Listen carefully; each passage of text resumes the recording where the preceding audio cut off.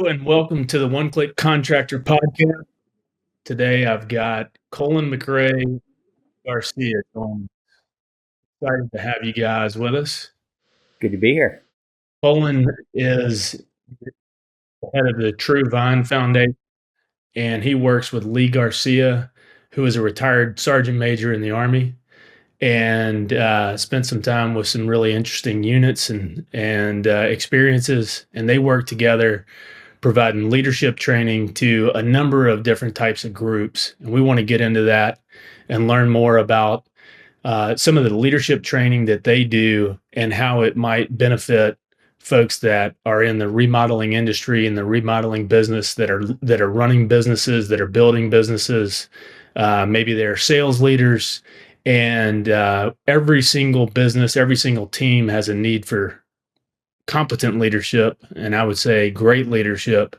It's a real significant advantage for those organizations that have good, strong leadership. So this is going to be a great conversation, and I'm excited to continue to talk to these guys. So welcome. Thanks for having me, Taylor. So first, I'd like to start and just give me a little bit of a background, kind of a 90-second background story on yourself and how you got to where you are today. And if you would, maybe include in there if there was one particular interesting event or fact that led to your view on leadership and the importance of it and formed your personal leadership.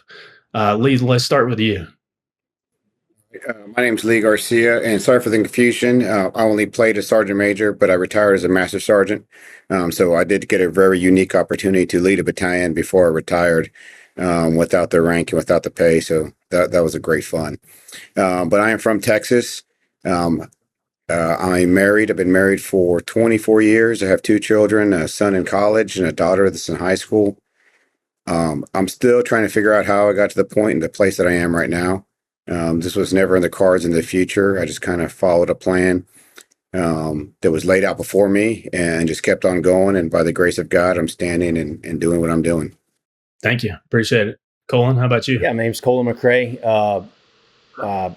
Had the fortunate opportunity to move here on property 2000. It was the family owned, and they started a not-for-profit called the True Vine Foundation.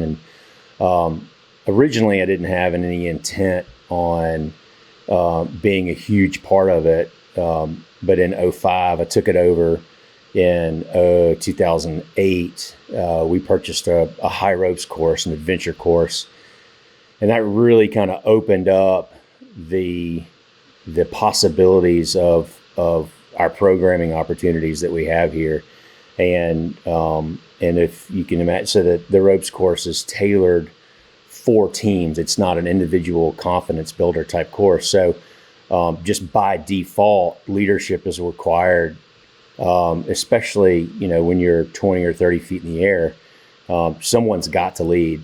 No, you can't just kind of meander across. And that really exposed to me the lack of leadership, just in who we are as humans. A lot of people don't really ask to be put into leadership positions. They just kind of find themselves there, and that's no exception on the ropes course. And so it kind of educated us. Well, here's an opportunity to pour into people, to equip them to make decisions on the fly, to be comfortable with failing as a result of those decisions, and to be comfortable and confident in learning from that failure instead of letting it define them. So, yeah, it's a lot of cool stuff. And then Lee, you and I met in like 2012, one of the first Care Coalition event, and Taylor, that's thanks to you and a buddy of yours. We then developed, really the three of us developed a whole nother system that really set everything up. But almost the entire content is designed for failure, because that's what we're interested in seeing. Who you are is in that moment, not when everything's peachy. So those are kind of the two types of programming we do here. You have different groups. Tell us a little bit about the types of groups. The high ropes, it started with low ropes, which is technically anything under 5 feet.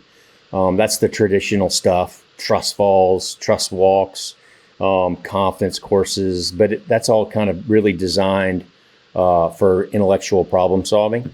The high ropes is something that you have to be on belay. You're harnessed up, and you have a belay system that travels with you through the system or through the ropes course.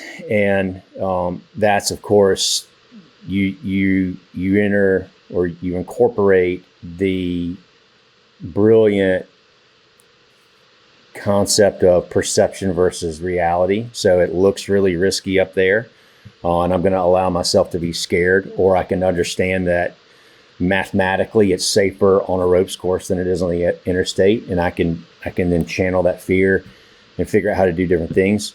And so great example is like a sports team, say a college coach that has a air quote older team or seasoned team. They might want to do the low ropes because they want to really get into that intellectual splitting hairs, let's problem solve, let's figure out. Whereas a younger team, air quote, they'll often want to do things like the high ropes because it's a bonding experience. It's not really there's not as much of a shared suffering component as with the character development course, which is the third system I was just talking about. But it is a time of great bonding, because we try, no matter what the status of the student athlete or participant, if they're a senior or a subordinate or a freshman, we try and put them in a leadership role. And as an aside, that when Lee brought back then, I believe it was the intelligence company, Mike. I asked Taylor, I don't know if you remember this. I said, man, how are we going to challenge a bunch of airborne rangers? And I think you alluded to the fact, because of the rank and file that exists already, and the wide range of subordinate to superior, put some of those more subordinate people in charge, and just see what happens, and then let the Army does a great job of reviewing everything after action, and then sit back and listen, because they'll really break it down. And that was that was really cool to me, because we were kind of stumped, but the system, the high ropes course, did its job. And I always love to say a great facilitator says very little.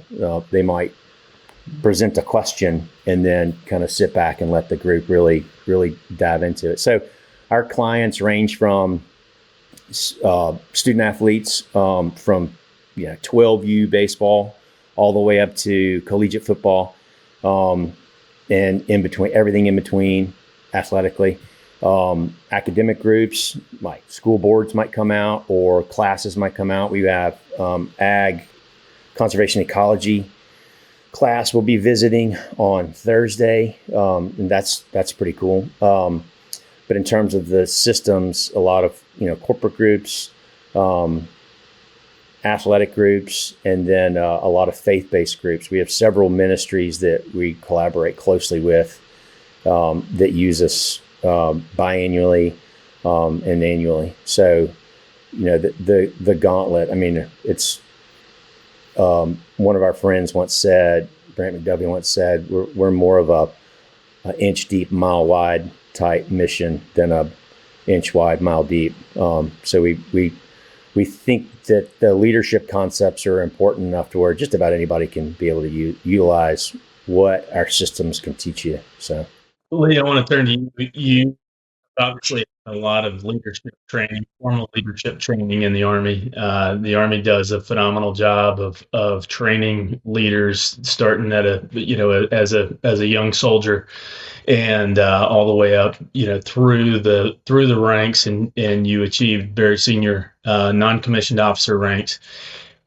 Talk to us about the leadership training you got in the military, and and sort of compare and contrast that with what you see in what your experience with the True Vine Foundation and in your business that you've started, being a leader in the civilian world. How do those things overlap or not overlap in some cases? Yeah, I had the great fortune to be in the 75th Ranger Regiment for 19 years. It's a leadership factory. So a lot of my leadership training was really by proxy, just getting to sit there and be around and work with some just great, phenomenal leaders. So I try to absorb as much from that as I could. Formal leadership training in the Army, the Army's premier leadership school, Ranger School, taught you a lot, just specifically how to deal with adversity and how to lead and motivate people when they're hungry, tired, and just don't want to do anything. Because it's a very grueling school, and it tests your will and your might and your grit.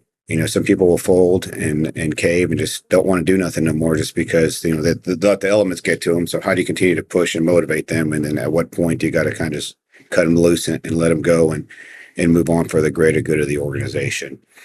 And another good thing about kind of military leadership, it's a lot of it, especially early on once you start, whether it's basic training, officer candidate school, ranger school, SF selections, it's really through blunt force trauma. They kind of put you through the grinder at the very beginning of it all, in order to see kind of who the true character and who the true person is. So we try to replicate that as much as we can through the character development course. So when we started out, we don't use the shock and awe from the yelling and screaming, but we create uncertainty. I don't go up there, I don't introduce myself, I don't give them my background, just kind of start talking to them and really start questioning them right off the bat as to why they're there and what their purpose is for being there. And then once we get to the physical portion of it, we kind of just get it going. We just give them simple rules. They don't follow them. We make them run, do push-ups, sit-ups. So we create as much uncertainty as we can, so we can create as much confusion as we can. Because we tell the coaches all the time, our goal here is to get to the right before the breaking point, emotionally, physically, and mentally, to see kind of how they handle that adversity, because they don't know where they're going, how long it's going to be. They're carrying logs, sandbags, water jugs that are swishing and swashing all over the place, and we just want to see how they react to it all. Do they just pull themselves together and keep on going, or are they going to quit? Are they going to break? Are they going to start pointing fingers? And we try to test the true character just through that adversity portion of it. Love that. So, guys, I want to turn it to more of like a practical application, or some stories or experiences that y'all have seen as people are going through this. What are some key observations when you have a group come in? How do you quickly ascertain what the strengths and weaknesses of the leadership of the team? How do you what can you tell right off the bat that is going to set one group up for success, maybe, and whereas another group you're like, this one's we're gonna have a lot of learnings here? First thing I look at is what they're wearing. If they come in, they're all wearing their team uniforms, we got some cohesiveness there. But if they come in and they're wearing, their high school team and they're wearing their favorite college shirt, or, college team, they're wearing their Nike apparel or whatever it may be, I look for that uniformity piece there. Because to me, that shows, one, the pride in who they're with and who they're representing, and then the standard that the coaches set. The uniform, or the coaches setting uniform standards, making sure they all look alike. Colin sends them out rules, make sure there's no watches, phones. If they show up and they're carrying that stuff, they're either the word didn't get passed down or they just don't care. And then body language. When we sit them down, start talking to them, who's sitting, who's paying attention, who's sitting in the back, or they're sitting up in little groups. It's kind of a lot of just observations of just the way they're acting before they even say anything. Body language, I would most definitely agree is a big one. We've seen guys that come in and they hide under hoodies, and it's, I love getting proved wrong when I make that initial assessment, and inversely, we get let down a lot. There's one of the final portions of the event, they have an opportunity to hang a plaque on a pole that they've been carrying around and all this stuff. And well, we make it very clear to them that there are 3 of those plaques that are nailed up to an old dead tree in the corner of the field that didn't make it. They didn't earn that opportunity to make that commitment, that pact with each other. But yeah, it's most definitely body language, and I try so Lee usually pulls the coaches aside and they're having a powwow. I usually try and give them just a look like, hey, guys, gals, it's going to be crucial that you communicate. What does communication look like? Of talking. What about nonverbal communicators? All the shoulder shrugging and eye rolling and verbal communicators, obviously. But the 4 forms of communication: verbal, nonverbal, written, and then what every teacher wishes was taught is never taught. There's no class on listening, the 4th form of communication, and we just kind of just help them understand that, grasp that, because that's another kind of trick or test that we present to them. Like, hey, here is an opportunity to, what's your expectation first off for the day? Do you want to have fun? Do you want to grow?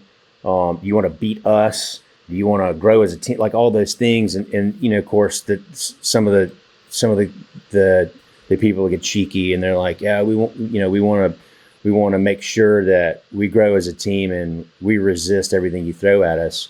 And once they kind of cross that line, it's interesting to see how much data they hold on to as they progress through the CDC, the character development course. So, like, did you listen to Lee when he said, if you fight through an injury, you better be hard, because that's dumb, and you better be able to tough it out. We want you to be smart. We don't want to hand broken athletes back to coaching staff and any of that. But anyway, so back to your question, like it amazes me how the way this is designed from the second they walk in, it's everything is a test, and it's all designed to drive stressors up, whether it's taking away your identity, whether it's making you peer eval your teammates from a position of constructive criticism, love, brotherly love, sister love, whatever. It's not a mean girl thing. Like we really want you to get comfortable in the nitty gritty, the brutal exercise of letting your teammate know, dude, you're not giving us 100% of your mental state. Like, we need more. It's just a huge deal. So it's a progressive thing, watching that body language. It's really fascinating. Another big thing I look at is the coaches. As Colton mentioned, I'll take the coaches aside and I'll talk to them. And as I'm talking to the coaches, I'm kind of seeing how interested they are. And then one of the big things that tells them, like, when we go through the exercise, you're not involved. You just sit back. You're a bystander. You're watching. I want to see how you react and see how. I want them to see how the kids react to it, all the pressures we put on them. But a big thing I'm looking at too is how the coaches react to it. Some are involved and want to learn, hey, why are we doing this? Why are we doing that? And then you got some coaches that'll sit back there and just be making fun of the kids, teasing the kids or making those comments. And one thing I've learned through all this is, some coaches are great mentors. They're not good leaders. And I think that goes in the business world as well. You could have, a CEO that's a great businessman, but they're not leaders. They're not, as I describe leadership as teach, coach, and mentor.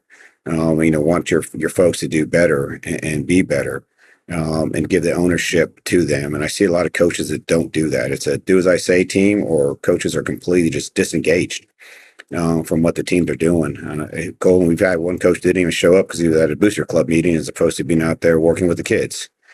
And so it's one of those eye-opening things that it kind of like sets a standard for us too, as we look at what we're going to be expecting from the student athletes and what kind of effort we're putting into. It all starts with what the coach does. So, Lee, you kind of went the direction I wanted to go with my next question, which is, our customers at One Click Contractor. These are business owners and business leaders in the remodeling world, and and they're trying to grow their business, they're trying to be successful, and all of that. For me, it all comes down to the people, and it all comes down to to building and growing that team. And great leadership is a force multiplier. There's no two ways about it. What are some key leadership traits or attributes or must-haves that you guys would say, hey, regardless of the team, regardless of the set of circumstances, this is what good leadership looks like? What standards? Funny enough, I was just this past weekend, I was talking with a buddy of mine, and he does windows. He owns a window business. And he was telling us kind of, when they go about and do assessments, and he said that he had this one lady one time that had 9 windows up front. She only wanted to replace one. He said, I turned her down. I said, that's not our standard, because one window, we could replace it. Yeah, but it's going to look way different, and we're not going to do that. We're not going to have that represent our company. So when you look at it from top down, what standards is that CEO and that owner setting? If you're going to turn down business because it's not up to your standard, I think that's a sign of good leadership there, because everybody knows what's expected of them at that point and what they're supposed to be doing. And if you're going to drop business because it doesn't meet your qualities, your standards, I know I've said standards quite a few times, but I think it's kind of important.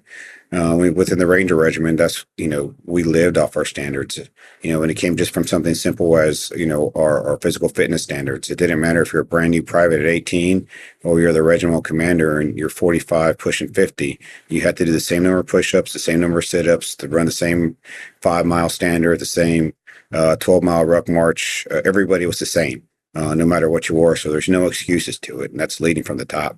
So let's break that down a little bit. In a business environment, what would examples of standards? You mentioned the one example of, we're not going to replace one window because we don't think that's going to be a good fit for you. We don't want you to be unhappy with us.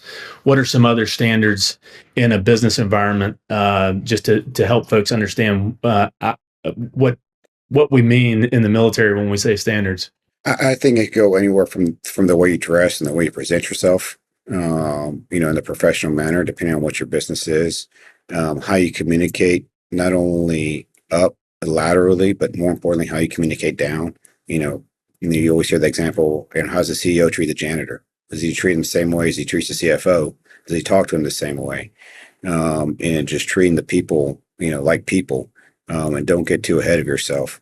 And understanding, from a leadership standpoint, that your time is temporary, right? So it's you hold a position doesn't make the person that position, if that makes sense.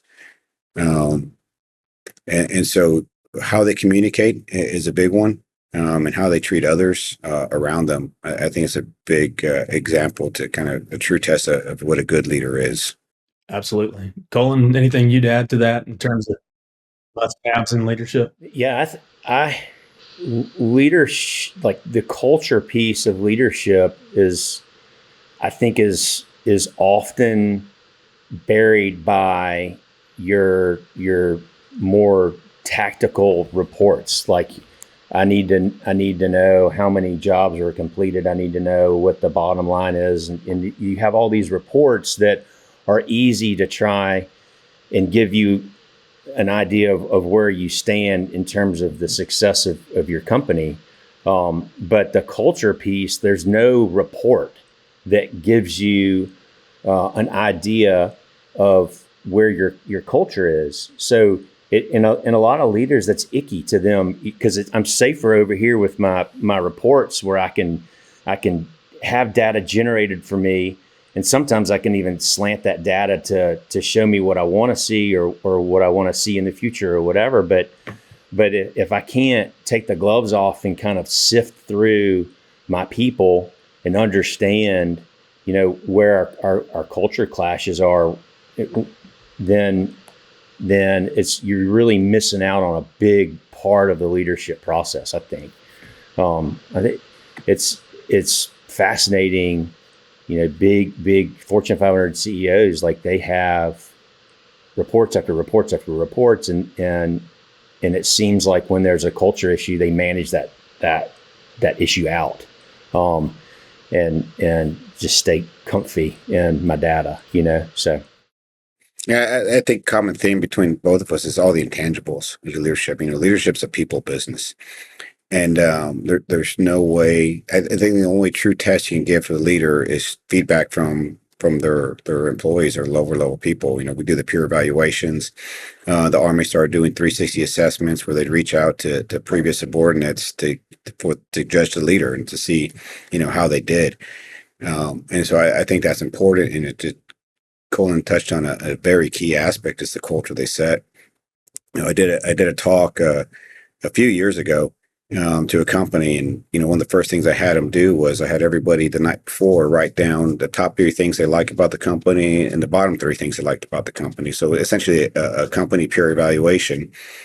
And when we got the whole company together, I had the front office read out all the comments. So they read all the negative ones, and I had the employees read all the positive ones.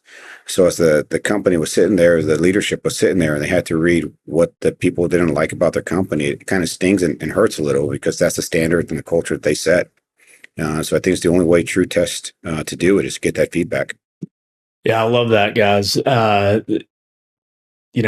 So much of what you're talking about comes down to communication and, and that culture of creating an environment where you receive feedback, you're open to receiving feedback. If you create an environment where you're not open to receiving feedback, then folks don't give feedback. How do you establish that if you're in a business, you're in a team where there's not a comfort level? How do you get across that chasm of creating a comfortable area with being able to provide feedback? And obviously, there's it's important to be professional, be respectful. Colin, I think you mentioned, brotherly love, sisterly love in providing that feedback. But when it's not there, what are some tools that folks can use to build on that and establish that constructive feedback loop? I think it starts with not looking at yourself as a business, but looking at yourself as a team. So one of the first things we ask the team, it's like, we have them give constructive feedback. It's like, what did our team do wrong last year? And inevitably, it all comes down to a lot of communication. And then we start breaking that down. Well, why weren't we communicating? And we boiled it down to really 3 essential values: vulnerability, trust, and communication. You got to be vulnerable so people can trust you. And then once they establish that trust, they can communicate well. So I think it starts very simple. You provide the opportunity, have that CEO, that leader come in, pull, individuals in and say, hey, tell me what I'm doing wrong. And that opens up a lot of vulnerability because now you get that direct feedback. And, I've had some eye-opening moments when I did that. Or, if you do it in a larger setting, to kind of set that tone and set that standard, like, hey, here's everything that's wrong with me. I'm impatient, I'm lazy or whatever it may be. So it kind of opens it up so you don't seem infallible, which gives the people a little bit more opportunity to say, okay, he's just a normal person, just like me. I can go up to him with a grievance, a problem, and I know he deals with those same things. Or, if I get a little lazy sometimes and I kind of admit that, hey, sorry, boss, I messed up, I got lazy or I got distracted, it's okay. Let's figure out why and let's move on from that. And I think it all starts there, and it's the availability and the opportunity to communicate. Yeah, I couldn't agree with you more. And it's so important. And we've all been in situations where that aha moment where you realize this is a 6-month fix, not a 1-week fix. That patience is, I think, quite often viewed as kind of a relational equity. Like I care enough about you to really work through this. I mean, any relationship, it's so often the concept is misused. It's a lot of work, and I don't mean kind of navigating differences. I mean the empathy piece, the emotional intelligence, like all those things that you offer to whoever it is, a teammate, a spouse, a partner, or whatever. it is received, part of that communication piece, listening is received as, okay, you're investing in me, and that helps with the trust and the moving forward. I think is clutch, that because that's another form of communication. I think one challenge with this particular situation, in my experience, is many leaders. I think this is particularly true of young leaders, but probably plenty of very experienced leaders as well. They're afraid to let down the veil and admit weakness. Lee, you mentioned admit some of your flaws to provide that that level playing field. And I think for a lot of leaders, that's intimidating, because they somewhere in their head they've got this idea that in order to have this position, I got to be perfect, quote unquote, or I got to be right, I got to be uh and so it's scary to convey some weakness and convey some fallibility. um do you guys see that? Is that something that you guys have worked through and seen people overcome? Give us some, especially if you got some real world examples, talk about that a little bit. Yeah, you're absolutely right. It's one of those things. I mean, I struggle with a lot, and I think just as a man, it's hard to admit weaknesses. Period. But I was always kind of taught never admit that you're wrong. And once I became a first sergeant, I kind of realized that was the wrong way to do it, because I was losing the men. And so I started to learn, take more feedback in. And if I messed up and made a bad decision or just wasn't right, I would say like, hey, I was wrong. My bad. Let's move on. Let's course correct here. And one thing does stand out, and this kind of story's been running through my mind. It was kind of one of my biggest failures as a leader. Is we had an open bay back behind the company. It's our storage area, and I had tasked the guys to clean it up. And I went back to inspect, and it wasn't done to standard. And it wasn't kind of my high standard that they didn't understand. It was pretty simple. There was fuel jars sitting around where they should have been put away. They got to be stored properly, and proper containers, markings, all that stuff. And so I lost it, and I stood there in front of the company, and I was just yelling and screaming. And at one point I was so mad, there's a cardboard box sitting on the ground in front of me, and I went to kick that box, and my foot went straight through that box, and it got stuck in the box. And I was hoping at that point somebody would break. Somebody in the crowd would laugh, and I could laugh it off, and all right, guys, let's get back to it. And nobody did. And they just stared at me, and I was kind of at that moment, those split second decisions where 5 minutes run through your head in a matter of half a second. What do I do at this point? Do I break and start laughing about it? And it's like, I can't do that right now, because my pride, and I got too much of me. And so I kind of gingerly pulled my foot out of the box and kind of went on to the butt chewing. And it's one of those moments that still haunts me to this day, because I could have, I feel like I lost the man at that moment. And there was a kind of a turning point within the company, and it took a lot for me to build back, I think, the trust in the men at that point. And there was one of those things I felt, but I was too proud to admit at that moment, or even later on. So it does sit with me, and it always will. But I think from that point on, I made a conscious effort to take more feedback from them. And it wasn't anymore as a just do as I say. They'd come back and like, hey, why are we doing this? And if I could explain it to them, I'd explain, here's the reason why. Or if we get something down from higher, I would tell them like, hey, look, I've already fought your fight. Sometimes it's going to be shut up in color because there's nothing else we can do about it. But if I can, I'll explain the why the decision was made so that we can move on. You guys understand that better. And I think I got a lot better at just explaining the whys of the decisions and not just do it. Solid gold.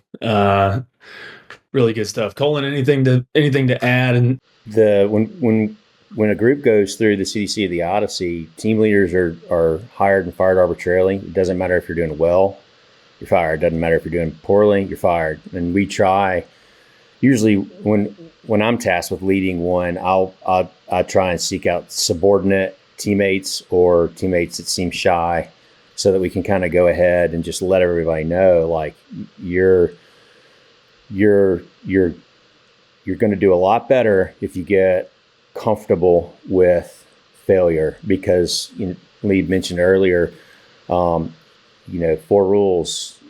You can only talk if you're the team leader. You can't be further than arm's distance apart. You can't use names. You can only use numbers.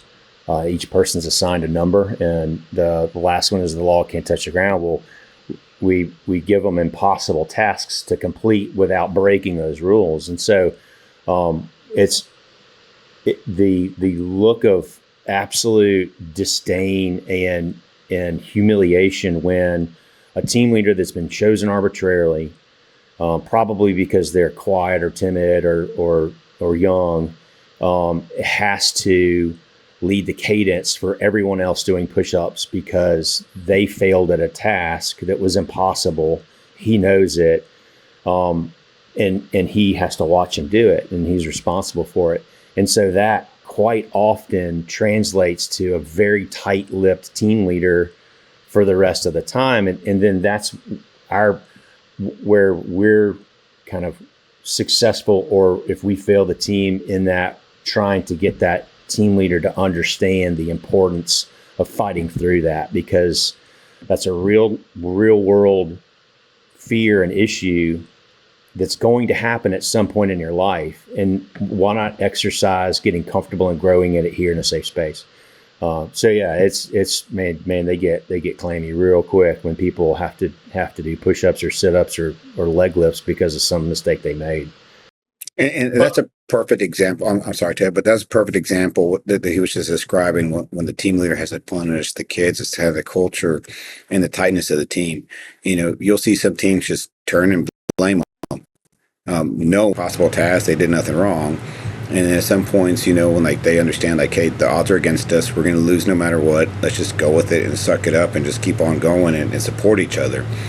And that's a true testament to that culture and where those guys are at in the maturity level. And then we start finding, where our breaking points are going to be. Because if they start turning against each other when there's nothing they can do about it, we know we got a lot of work to do ahead of us. Yeah, absolutely. You're talking about that, and I'm flashing back to my experience in Ranger School, and there was a particular event where I got called up to just stand in front of the platoon while everybody was getting smoked, and in other words, they were being exercised until they were puking, and I was just standing there because I'd been singled out as the reason or the cause for that particular event. And I can still remember, there were some people that were looking at me like I was, evil incarnate, that I had created this situation for them. And that, most of the guys in my platoon were, kind of looking at me, giving me a wink, like, hey, this is just part of training. And, and there's very, very different, experience there. You see some character come out of folks. I want to ask also. You mentioned one of you guys mentioned managing out, and when a CEO has a challenge, a culture challenge, they often manage someone out. I think that's a complex situation. As a leader, one of my favorite things in the world is to take someone who is struggling with performance, struggling with standards, struggling with being able to do the job that we're asking them to do, and and helping them grow in that aspect, and kind of having earning a success story from that situation. The reality is, in some cases, that's not the best for the business. It's not the best for the team, and it's not the best for that employee. So I'm curious what y'all's thoughts are or observations on how do you make that call? How do you coach that person? And and ultimately, how do you make the judgment between up and out and trying to get that right, which is always tough. I Hold think on. one way we do it within the teams is through those peer evaluations, and let kind of the team highlight where the deficiency in that team is. I'm sure you did peers through your selections. Peers was a big part of going through our selection as well. And I used to keep them on my desk and kind of go back through them every now and again. It's like, hey, did I fix that? Did I fix that? And then realize, okay, I need a course correct. So I think the peers do that really well for these teams as they were working with, because a lot of times, the teams, the kids, they'll see something different than what the coach sees. They'll some kids will go and put on performance during practice, during games, and then outside of it, they're total turds. And so we get to highlight that through character traits. When we ask them to fill them out, it's like, hey, we don't care who's fast, who's strong, who throws the best, who's the best shooter, or whatever else. We want to know about their character. And the last question we always ask is, does this person belong on the team? Yes or no, and why not? And Colton can attest to that. There's been many times when the coaches get that feedback and they look at it, and the bottom three, on that piece of paper, coach say, like, those are my best players right there. So yeah, they're good players, but they're not good teammates. So it's a real good eye opener, just to get the feedback from everybody else, because the CEO might not see everything. They're not sitting there on the floor. They're not out on site every day seeing who's putting the effort or not. A job gets done. It's like, hey, well done, everybody. But it could be 9 guys pulling and 1 guy sitting there. So the only way to get that is just from the team. I'm not saying I wouldn't manage somebody out, but it's a cop out from a leadership perspective. You hear about it, you see it a lot. Again, it's the when the leader stops learning. I think it's a very dangerous thing, and for a leader to continue to learn and grow in that position, the opportunity to manage somebody up is a pretty amazing opportunity for them. And again, it speaks volumes about the relational equity that the distance you're willing to go, the time you're willing to spend. Because, we all come to these moments in life, certainly myself, where I'm like, man, I don't have enough energy for this particular relationship, whether it's professional or whether it's even, just from a friendship standpoint. And you realize other things take priority. Children, as they begin to grow, they require more effort and emotion, and so that means me and Johnny, we've got our relationship's got to take a back seat, because I'm usually his once a month, hey, holler at me, I need to just lay it all out there for you, da da da da. But I just say that to say it goes a long way when someone embraces the fact, okay, this person's pouring into me. Those mentorships and those opportunities, I think they last a lifeline. And honestly, it's part of your legacy as a leader, because you're downloading that into the person that you're managing up. And that's just going to perpetuate your style if it's healthy, right? So, yeah, it's pretty. And just try to break everything down to basic level too, and from leading up, sideways, laterally. As you talk, your span of control. It's the one thing we're always taught in the Army. Your span of control is 3 to 4, and that's why platoons are set up the way they are with a team leader, squad leader. Team leader got 3 to 4 guys, squad leader's got 2 team leaders, platoon sergeant's got 3 to 4 squad leaders, because that's about what you can manage to control.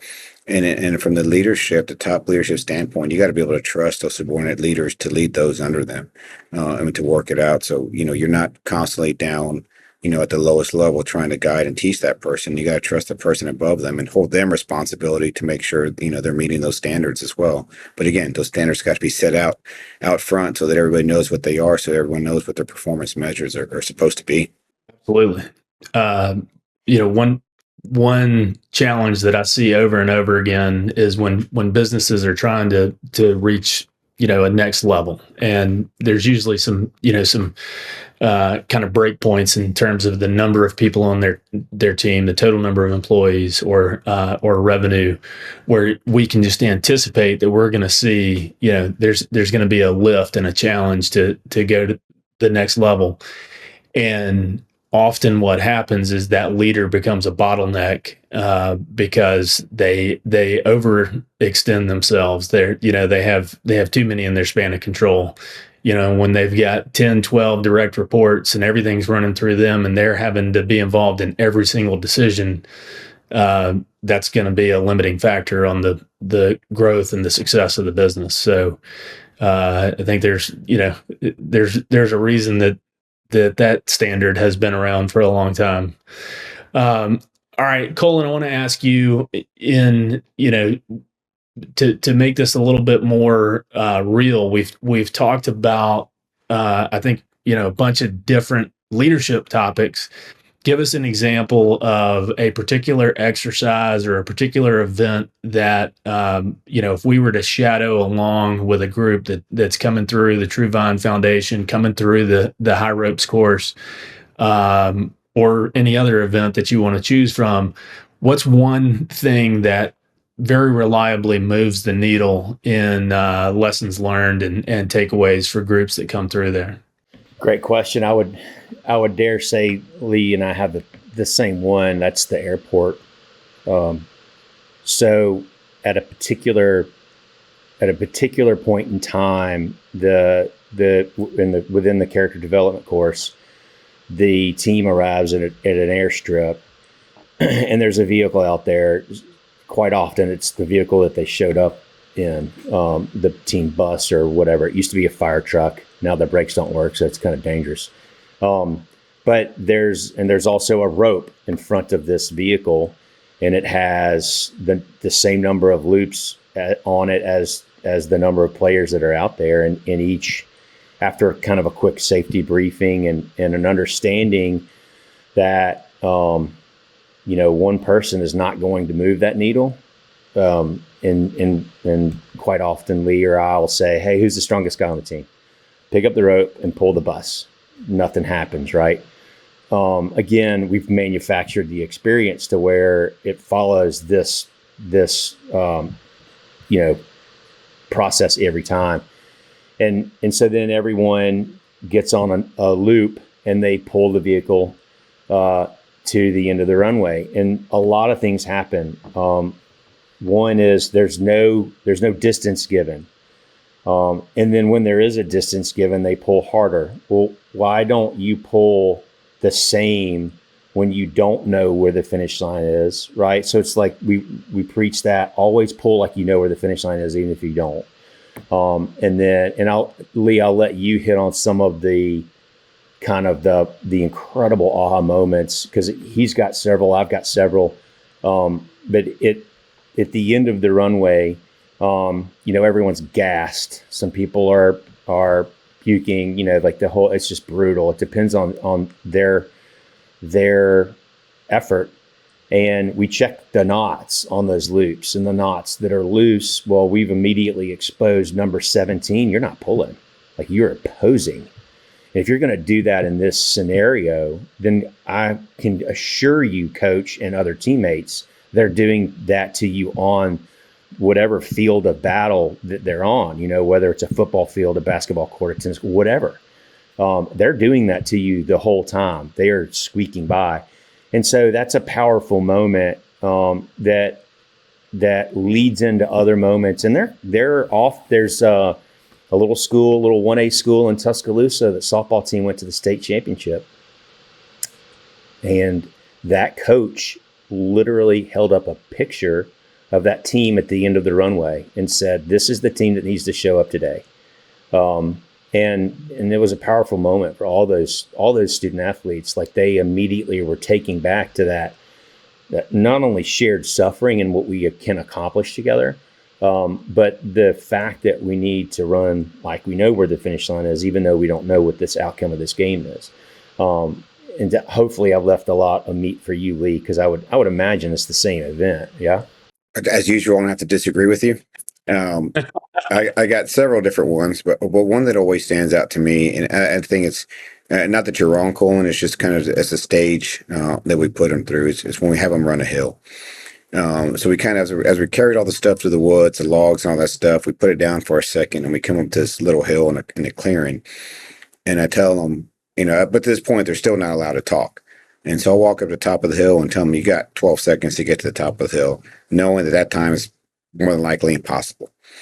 And so, I'll stand up at the top of the hill, yell at them to go, and they'll run up the hill. And I say, go back down, do it again. They have no idea what their time is. And what I'm looking for is, one, how much effort they're going to give. They're going to give the same amount of effort every single time. And two, when they're down at the bottom of the hill, I'm not supervising them. And at some point, they're going to realize that they're going to have to communicate with each other in order to get it right. They're going to have to talk to put the slow guys up front. And so they're going to have to break that rule. And once they break that rule, I'm okay with it because they're doing it for each other. It's like, hey, screw it. I know what the rule is, but in order to accomplish this mission, accomplish this task, we're going to have to talk. We're going to have to break it, and we're going to have to go. And more times than not, they beat that time either the first or second time. But what I see happen is the third time they get faster, or the fourth time they get faster, and not knowing, again, how fast they're going. And so when they get done with that, they get down to the top and say, hey, did y'all beat the time? And someone will say no, or someone will say, yeah, I think we did. It's like, yeah, you beat the time the first time. And they kind of that look and surprise on their face. But I said, but what happened each time you got faster? You gave more effort, or you organized your team differently, or you had to learn how to communicate in order to do it. And so for me, from the team perspective and them learning how, okay, this is how we have to work together and just give it our all, leads back into the airfield scenario. But we've had a moment too where, right before we got the hill, a couple kids on the team quit. And so, okay, y'all just sit it out. Don't worry about it. Y'all don't have to participate. Y'all are cool. Just sit on the side. And the team went up the hill, and we got to the top part. We're celebrating because we made the time, and those few guys came back up. And this is a high school team. And those two guys came back up and said, hey, we're ready to join the team. And without any prompting, the kids themselves said, no, you can't be with us. Like, you want to come when it's easy? We've done all the hard work already. And I said, hey, it's y'all's decision. You let them in or you're not. And so the kids talked about it for a while, and they said, okay, we'll consider letting you back on the team and letting you back in there with us, but you got to run the hills. We have to do the hard stuff. You're going to have to do the hard stuff yourselves. And this is all on them. They came up with this. And I tell you, I got goosebumps. I almost started crying when they went through that moment, because it's high school kids, and they got it. And then one of the kids that quit, and one of the most vocal ones on the team that said, no, you can't join us, they were cousins. So he's turning his own family member away because he gave up on the team, and he was willing to kind of sacrifice that and say, no, you don't belong with us no more because you quit on us when it got hard. And so I think for that moment right there and that experience and with that one team is why I see that hill is very transformational for them as they go through it. And then another big piece is, and depending on if we do it or not, is we do a little vulnerability circle. So we'll have them all kind of sit in a circle and say something about themselves that the team might not know, your fear or your, whatever it may be. And I always start off, kind of leading from the front and say, hey, I'm Lee, and here's kind of my issues. Here's something I'm dealing with, or here's a problem I had, or and here's I just had an argument with my wife, and here's where I screwed up. And then we have each player kind of go through and do that piece. And some of the things these kids say are so. We've heard everything from, kids talking about how they attempted suicide or how they're homeless, and how the only reason why they're doing things or why they try so hard is because they want to eat and they don't want to be homeless no more, and they got to get out of their situation. And, we've seen kids just break down and cry, and it's more so transformative for the coaches, because the coaches get to hear something about these kids they had no idea about. They just see them as players, they see them as numbers on the field, and and sometimes I don't think they see them as real humans that have real issues that lead to, maybe this is why we're not practicing so hard today, or maybe this is why, I'm not giving my full effort because I haven't eaten in 3 days because I got nowhere to sleep and I got no food. And so that's a very powerful piece that we kind of put in there for them sometimes. And it helps them see each other as real humans too, and not just, again, back to you're not infallible. Guy, you're not, you are hardworking, but you do make mistakes, and you do have fears, you do lack confidence, and it's just like we all do. And more so from a team perspective, I think we need to do that more as men in general. Yeah, that's powerful. Those are great examples. I'm glad y'all chose different examples personally, because we got to hear two different sides of it. All right, I want to try to bring this in for a landing real quick. Try to keep these short and snappy, but what is a favorite failure Lee, you got to pick another one because you already told us about kicking the box. That was great. But what's a failure, or a moment where you tried something, it didn't land right, and and how did you react after the fact? Oh, I got a very recent one that happened about 2 weeks ago. I kicked a young kid out of practice here or on a Olympic weightlifting team, and I told Cole and I told the kids this story too. He just wasn't putting in the effort that I wanted to put in there, and and I kind of told him like, hey, he was arguing with me all the time, and well, should I do this? Why should I do that? And it's like, hey, just do it, because this is the way it's supposed to be done. And we had a competition coming up, and I was asking him to change some of his form, and he didn't want to do it. And I didn't give him the opportunity to effectively communicate it. And I said, hey, this is what we're doing, and we're going to go with it. And I kind of just put his head down and pulled out his phone and started looking at his phone. So, you know what, go home. I'm done. You come back, you decide whether you want to be coached or not. And that's that heavy on me all night. And so on my way, I was actually going to True Vine that next day. So the next morning, it was just weighing on my mind, and I actually missed my exit because I was talking to his dad and apologizing to his father about it. And then I went through and, I texted a 16 or 15-year-old boy and said, hey, I'm sorry. I was wrong. You weren't. So I had to really humble myself because, it was the box incident again. I lost my cool. I let my emotions get the best of me. And that's the only thing. That's why I think it's still in my head because of that moment. And I had, as a 44-year-old man, I had to swallow my pride and text a 15-year-old kid, say, I'm sorry, I was wrong. You did nothing wrong. It was all me. And so those moments they're always going to be there. And, it's just kind of how you deal with them. I could have ignored it and just let it go, or he came back into practice the next week and whatever you want, like I'm here to learn. I want to be here. And, we got over it and we're moving on. Love the humility there. Colin, how about you? That's one of the things we tell people is, what's the most precious commodity we have? Is it gold? Is it computer chips?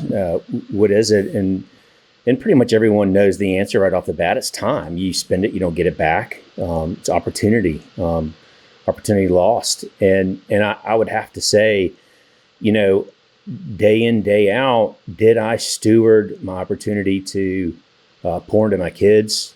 Well, did I say everything I needed to say? How about my wife? How about the employees at True Vine? How about my mom? All those things. Once you really start looking at that, it's like, daggum, I forgot to be affirming in a certain situation, or I forgot to be corrective in another situation. It's gotten to the point where it's a constant deal. But I would say one of the biggest tangible things that I wanted to have this cool father-son moment. And so we picked up an old 67 Chevy pickup, that was in a barn somewhere, and we were going to delve into this thing. And I can't remember. I think I started like an engine fire in that thing. And my son was like, no, we're done. You're clearly unqualified to do this. And I remember thinking, how do I get that back with how do I get that respect back, and that, that dad status respect back, through a clever and empowering way, instead of doing it in a manner that's not becoming of a sound dad. So, it was very humbling. So anyway, we sold it. For part of that was we sold it and went duck hunting. So there. This is great, guys. It's been a great conversation. A lot of great feedback and great lessons and things that anybody that listens to this would take away, I know. And Colin, tell us where folks can learn more about True Vine Foundation, and then Lee will favor and tell folks where they can learn more. Yeah, TrueVineFoundation.com. It's a great website. It offers you enough. If you really want to get buried in the weeds, it's there. But if you really want the quick snapshot of what we do and how we do it, that's there too. And reach out. We love challenges, whether it's a sixth grade that wants a hatchet experience, or a collegiate team that needs to be challenged. But all of it. You tell us what your expectations are. You tell us the core values that you want to instill in your people, and we will create the programming, and pull in the assets that we need, like Lee, and we just love challenges like that. Great. Thanks, Lee. Yeah, for me, it's just my business website. I own a gym, so it's foundationtrainingfacility.com, and all my contact information is on there. That's geared more towards, the fitness facility aspect of it, and not the leadership stuff. I keep that hidden over there with Colton. Outstanding. Well, again, thanks, guys. And on behalf of One Click Contractor, appreciate y'all joining us, and have a great day. You too. Appreciate the opportunity.